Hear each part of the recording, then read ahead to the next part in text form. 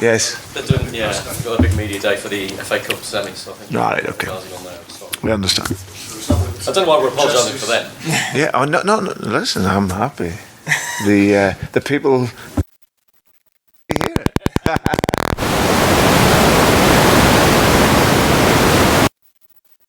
Brendan, good to see you. We've just been talking to Yuri Tielemans this morning. How important is it for your plans going forward that he stays beyond the summer? Well, listen, it's always difficult, that one, because he's a Monaco player. He's loaned here to the club, and like I say, I'm sure there'll be discussions between the clubs, but he's a wonderful talent, 21 years of age, and I think he's starting to build up his fitness, having not played a great deal back in Monaco in the season, but I think you can see very clearly he's an outstanding young player. He's a wonderful view of the game.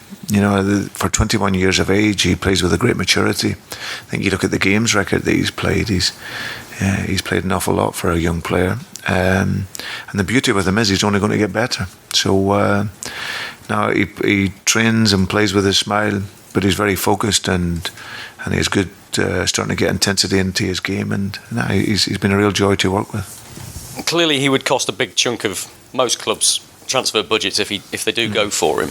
Now, you've got a much better understanding of player values than I have. There is talks of maybe £40 million, which would be a club record here for him. Does that sort of sound about right for a player of his quality, do you believe? £40 million? Well, listen, it's not for me to put a market value on the player. All I want to know that is he a good player and could he fit into how we want to work? And of course, clearly what he's shown, that is the case. But my job is here to work with him, to integrate him with the team.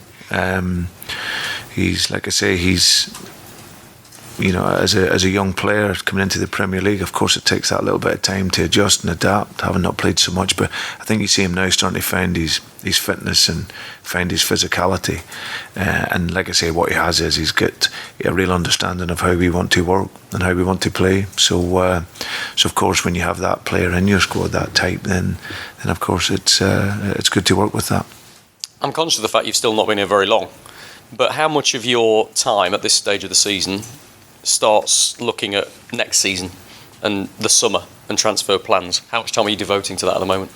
Well, again, you have a sense of the now, of course, and trying to ensure that we're moving forward. I think that's what's important. And from week 1 to week 4, the players are progressing well. But of course, the idea is looking towards the summer, because we want to strengthen, and that work is ongoing. 3 wins on the trot. I mean, you must be absolutely delighted with the response of the players to what you've been trying to do. Yeah, they've been outstanding. And over the course of the 4 games, I think we were unfortunate to have lost the first one. Conceding an early goal and then a goal late on. But that's all a part of the learning. For me, football, it's about making mistakes, analysing them and improving. And I think hopefully we've shown over these early weeks that the players have that capacity to do that. I find them a really refreshing group where they want to learn, they want to be better. They're embracing the idea of how we want to play. It fits their strengths, and obviously then we want to add to that. And like I say, over the course of the 3 games, our last game we played against a very good Bournemouth team who've caused many teams plenty of problems, especially with their pace. And obviously it showed in previous results where the team hadn't beaten Bournemouth in the Premier League. So we played very well, but we need to get better. I think that's our message. We want to keep improving. We need to find a more consistent and a better rhythm in our game. But the beauty is that the players are adapting to that. They understand that, and they're working very hard in order to improve. How do you see the table right now? We look at it a lot, as you'd expect. 7th place to 11th place, separated by just 5 points.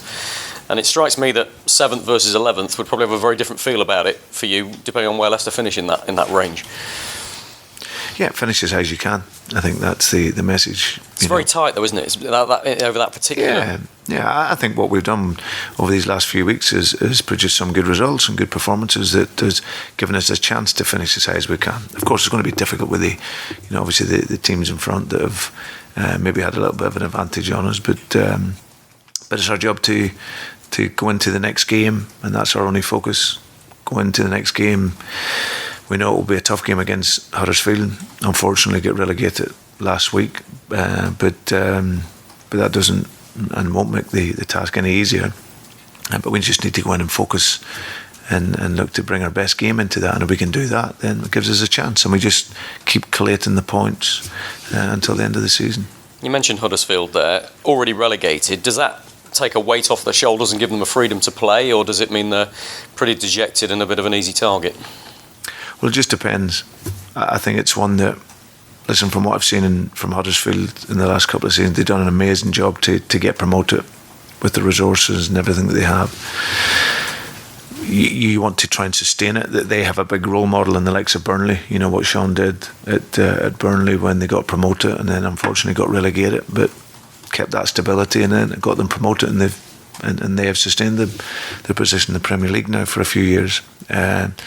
So Burnley are a great example to a team like Huddersfield, and I think it's one where the players know they're probably playing for the futures as well. So like I say, I don't think it's any more or less easy than even though they've been relegated, because this is a division where you have to fight for every result, and that will be our intention. You mentioned Burnley there. That Europa League spot, if it's seventh spot that does get it, it's been a poison chalice for some that we've heard of in the past. Burnley finished there last season, have struggled this season. Sean Dyche has said a bit of that was he felt a bit of a hangover and how early they had to start their season. Do Leicester have any concerns about that at all, or is Europa League very much something you'd like to be involved in?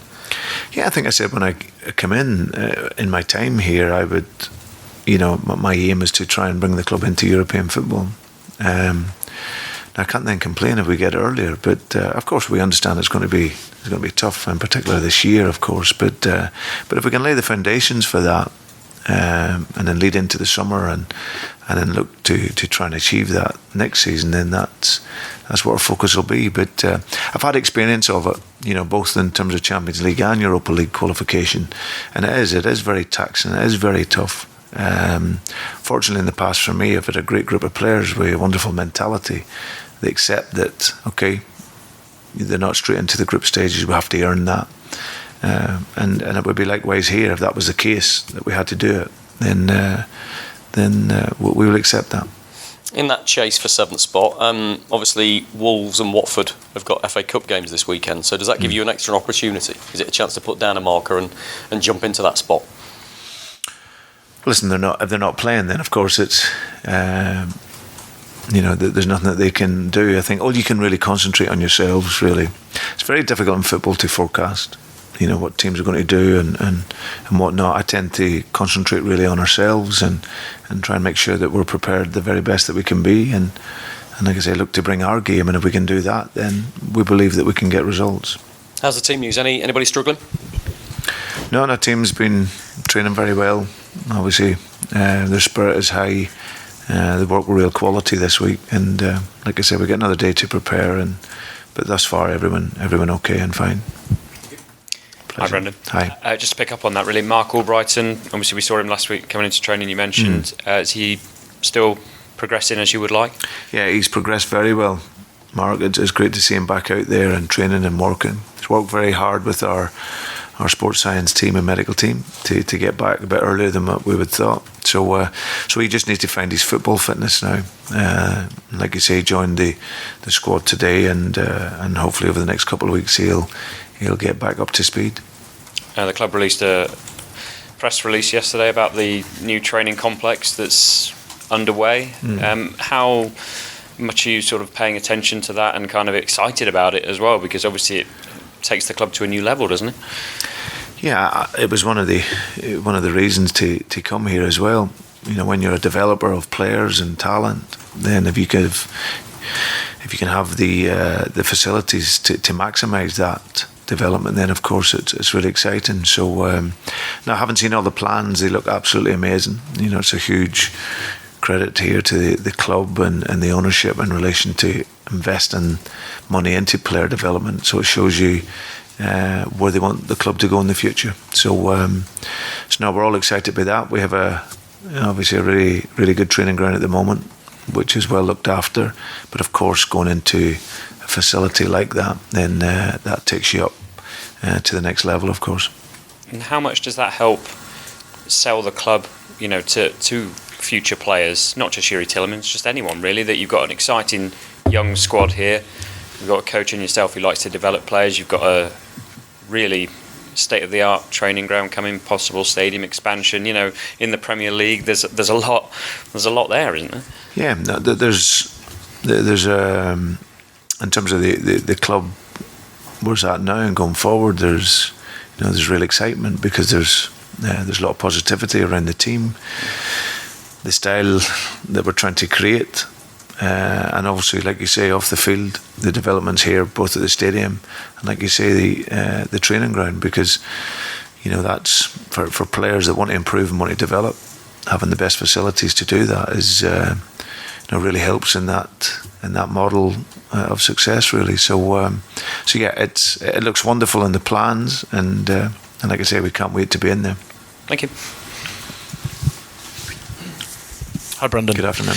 Afternoon. I wonder whether great news about Mark Albrighton. You said that he's with the squad. Is he full training now? And if so, is he available for selection at the weekend? Yeah, not available for the weekend. Probably just short on football fitness. Like I say, he's been working with the medical and sports science team.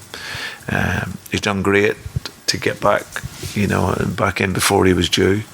And like I say, he joined the team today for the first time. So, but he's going to need a little bit more time in order to feel as I said, that multi-directional movement and finding the fitness with the ball. So, but he's back well before we thought he would be, and I'm sure he'll play some part between now and the end of the season. Must be tough for him. Must be champing at the bit because you're a new manager and you want to impress, and he's on the sidelines, and there's youngsters as well catching the eye in the wide areas. So he must be keen, to say the least. Yeah. Thankfully for Mark, I've known him a long time. I've seen him, when I was involved with reserve team football at Chelsea, and I go back when he was a young reserve player and youth player at Aston Villa. So I've known his qualities, and he's one of the players that's been a great, great to see where he's come from and how he's developed. When he left Aston Villa, came here with a point to prove, and they ended up being a Premier League winner and done absolutely amazing. So, and thankfully, he's still very much got that hunger. He's a good guy. He works very hard at his game. He's coachable and he wants to learn. So it's the perfect recipe for working with a player. And like I say, he's an important player for us. And on injuries, I wonder how Daniel Amarty's doing. He had an ankle break. I think it was a break, the West Ham game here in October. Is he progressing? Are you likely to see him before the end of the season, do you think? Unsure of us before the end of the season. He is working very hard, but we don't have a timeline on that yet. Huddersfield at the weekend. What's their biggest threat, do you think, given the relegation and that mindset? What's the biggest threat to you? Could it be, the fact they have been relegated and there's some anger in there? Well, I just think that you can't go into a Premier League game if you're any team and be less than 100%.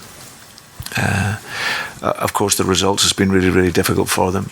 They've obviously had a change of manager and looking to change the way they've been working. They've got some very good players. They've got quality. So for us, we're conscious of that. So you can't go into this type of game and just because a team is relegated and feel that you're automatically going to win the game, no matter how good a form you're on. What's happened in the past is gone, and we need to focus on, being really intense in the game and playing with a real aggression. And like I said, if the players play how they've been training, they've been absolutely first class. So we'll prepare for that and look to take that model of work into our game. Have you experienced this much in your career before, where you're coaching a side and your opponents at the weekend have been relegated already? And if so, what challenges did it throw up that you might have learnt from that? I can't think off the top of my head, to be honest. I think I go back maybe to Swansea, Sheffield United. It was maybe in the Championship, maybe when in the season we got promoted. I'm nearly sure Sheffield United had been relegated at that point. But like I say, you can't even think about that You know, you really have to overcome that challenge of playing against a team that will want to prove to the very end that their players are good enough to be in the Premier League. And like I say, we know they have quality, so we have to guard against that, and that's something that we'll be focused on. You joined the football club when some were looking down and some were looking up, at a transitional time, I think it's probably fair to say, in the league this season. How much does it help that, as Rob said earlier on, that 7th place seems to be, I know mathematically you can go higher, you want to finish as high as you can. How much does it help kind of motivation? People will talk about mini seasons, but that there is something to aim at and there is a challenge. Does that help with motivation and focus? Yeah, and it has to if you want to be successful. You know, just because you reach a points tally where you're maybe safe in the league. It's like I said, when I come in here not just to be, you know, sat comfortable. You know, we're here to win, and if you're here to win and succeed, then your season doesn't finish to the very last whistle. So, irrespective of when I've come in, the focus is to finish as high as we can. And my feeling is always, you always look forward. You know, you never look behind you. You always try to catch who's in front of you, and that's our aim. But one game at a time, you do that. You focus. You give everything into the game and do your best, and hopefully that can be enough. So for us, that's our task to chase down the teams in front. Lots of outfield players are getting plaudits quite rightly. Tielemans and outstanding at the weekend, and Ndidi as well.